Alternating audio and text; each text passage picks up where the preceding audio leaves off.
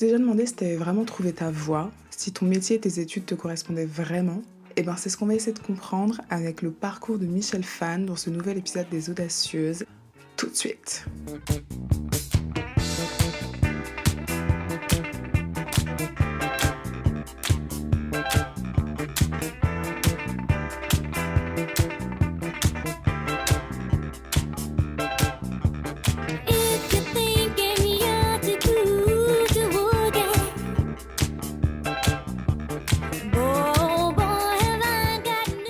Bienvenue dans le 5e épisode des Audacieuses, c'est Delphine de la chaîne Les Acajou. Et comme vous le savez, j'aime parler de femmes qui sont parties de zéro, qui ont su créer leur chance et leur opportunité.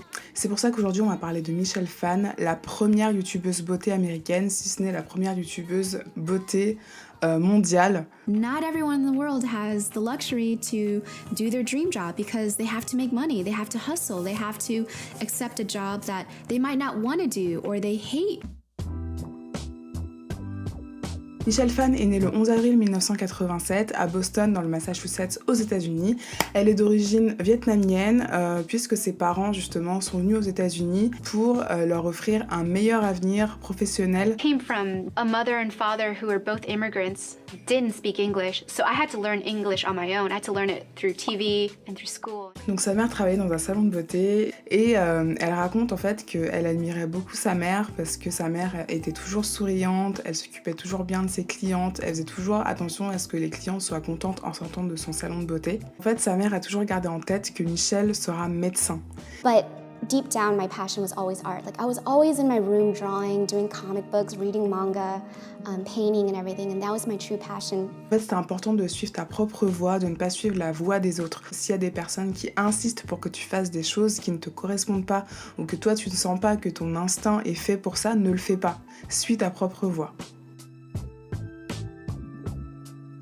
Michel commence ses études au Ringling College of Art and Design en Floride, sauf que le second semestre se passe mal tout simplement parce qu'elle n'a plus d'argent pour payer ses cours.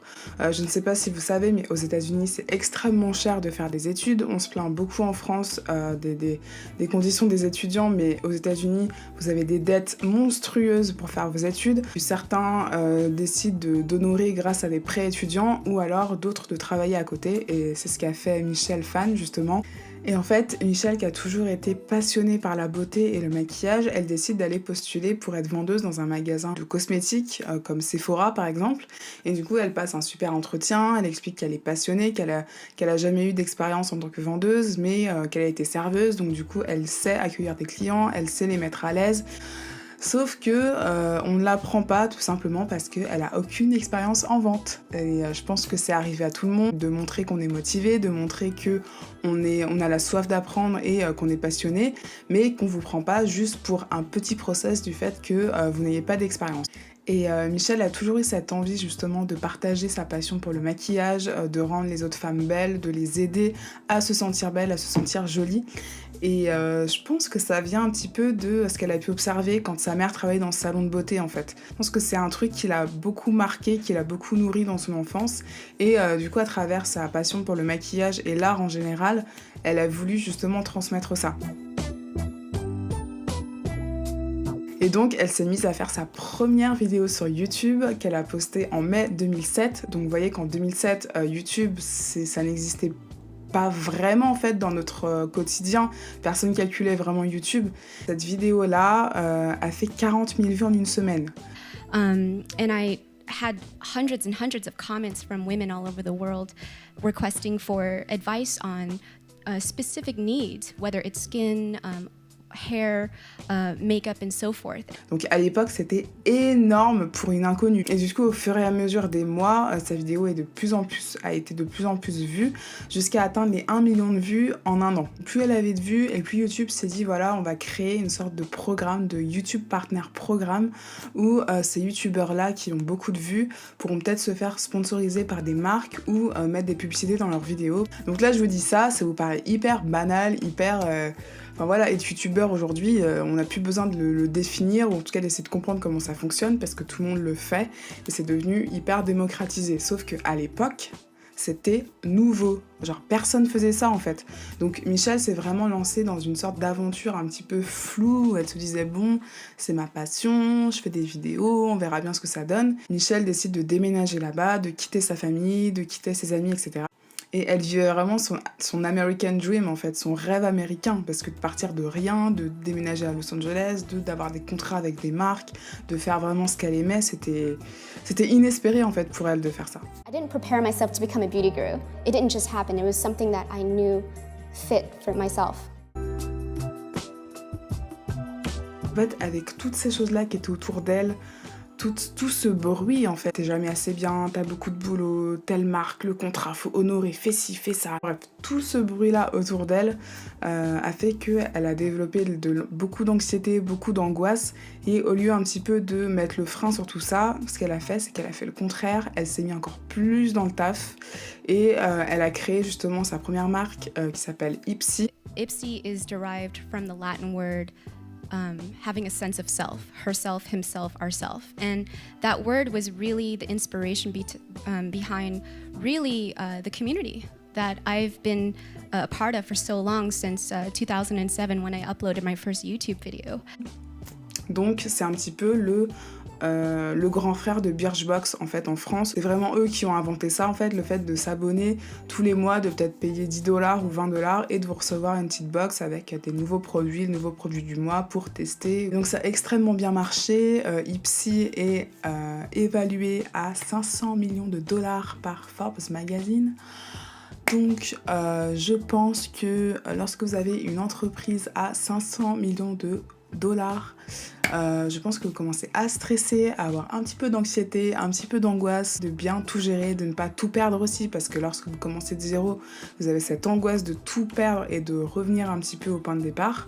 Et ce qu'il faut comprendre lorsque tu es élevé en fait dans une famille très modeste et que tes parents, t'as toujours vu tes parents galérer, travailler beaucoup, ne pas avoir beaucoup d'argent, bah toi ce que tu te dis c'est que lorsque tu seras adulte, lorsque tu auras un bon travail, c'est de travailler au maximum, de travailler dur pour justement prendre soin d'eux. Donc elle, c'est ce qu'elle s'est dit, elle s'est mise à fond dans le taf, à fond dans les collaborations, dans les vidéos, dans les marques, elle a signé énormément de contrats pour finalement finir un petit peu esclave de son business. Donc ensuite, après Ipsy, elle a créé la marque EM Cosmetics en partenariat avec L'Oréal. Donc là, c'est vraiment une marque à part entière, enfin, c'est sa marque en fait de cosmétiques. Donc à partir de ce point-là, elle est vraiment devenue une vraie businesswoman de la beauté. Mais en 2015, quand elle arrive à 28 ans, elle se rend compte que rien ne va en fait dans sa vie. Justement, elle a posté une vidéo il y a 3 ans en disant qu'elle expliquait pourquoi elle avait quitté YouTube, pourquoi elle se sentait mal dans sa vie, pourquoi elle était malheureuse. Tout simplement parce qu'au bout d'un moment, lorsque vous êtes vous-même la marque, lorsque vous avez une entreprise et que vous avez un produit à mettre en valeur, bah, ce produit-là, vous le façonnez, vous faites en sorte que il soit beau, que tout fonctionne, sauf que dans le nouveau genre de business de YouTube, le fait d'être youtubeuse, influenceuse, à force d'être le produit, vous commencez à ne plus avoir confiance en vous, en tout cas avoir une mauvaise estime de vous parce que vous n'êtes jamais assez bien. Who I was on camera and who I was in real life began to feel like strangers. Money can bring out the worst in people, and I was no exception. My insecurities got the worst of me. I became imprisoned by my own vanity and was never satisfied with how I looked. En fait, à LA, ce qu'il faut comprendre, c'est que la chirurgie esthétique est extrêmement répandue, c'est extrêmement démocratisé. Par exemple, les gens vont se faire des liposuctions à l'heure du déjeuner et ensuite reviennent travailler l'après-midi comme si de rien n'était. Les gens se refont faire le nez pour leurs 18 ans, les gens se refont faire les seins, se refont faire les seins pour leurs 21 ans. Enfin, il y a vraiment ce truc-là, en fait, de culture de la chirurgie esthétique, le fait de vivre dans cette ambiance, de jamais se sentir assez belle, assez beau naturellement. Et elle a fini par péter un câble.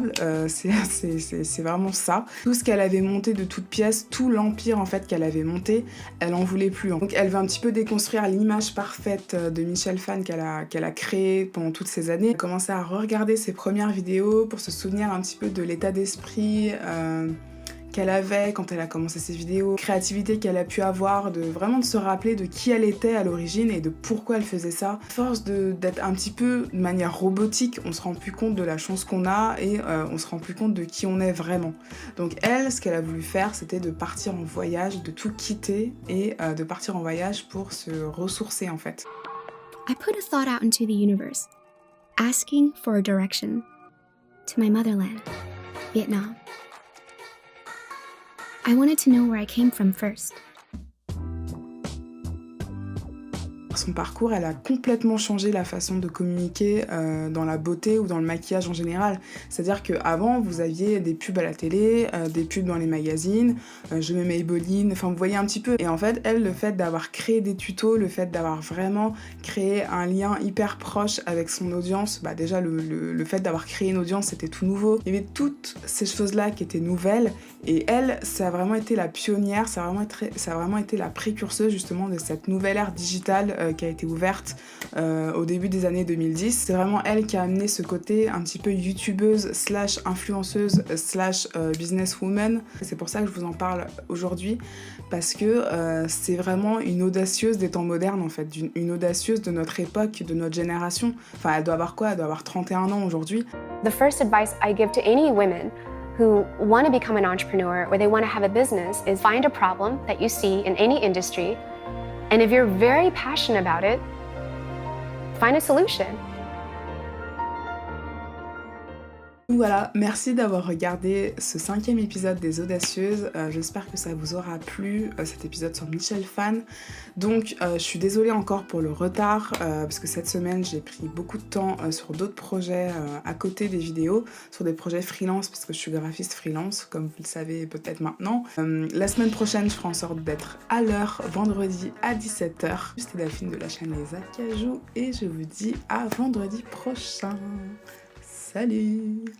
You don't have to do one thing and stick with it. Like if you love music, you don't really need to be a musician if you're not a good singer. You can manage musicians, or you can work doing like sound effects or stuff like that. Like there's so many different things you can do.